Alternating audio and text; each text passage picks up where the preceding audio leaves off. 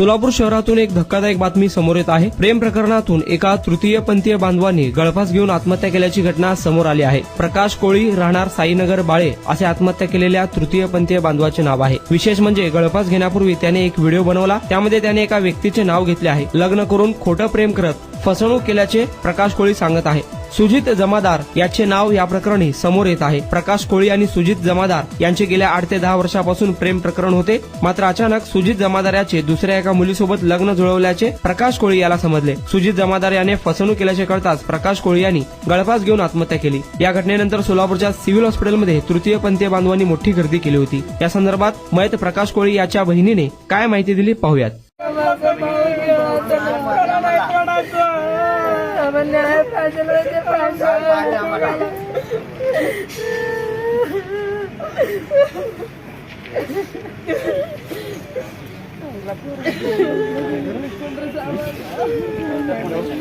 जमादारमुळे घडलेला आहे। त्यांचं दोघांचं प्रेम होतं 12 वर्षापासून। तो फसवला, सगळा पैसा वगैरे लुटून घेतला, सगळं घर बर्बाद झालंय आमचं। कुठं जाऊ देत ना, कुठे येऊ देत नव्हता, लय मारहाण करायचं त्याला। त्याच्यापासून त्याला लय त्रास होता। मध्ये एकदा फिनेल पिला होता, आम्ही राहू दे म्हणून माघारी घेतलं होतं, केस वगैरे काहीच केलं नव्हतं। ते गप्प त्याचा फायदा उचलून आता त्याला जीव घेतलेला आहे माझ्या भावाचा।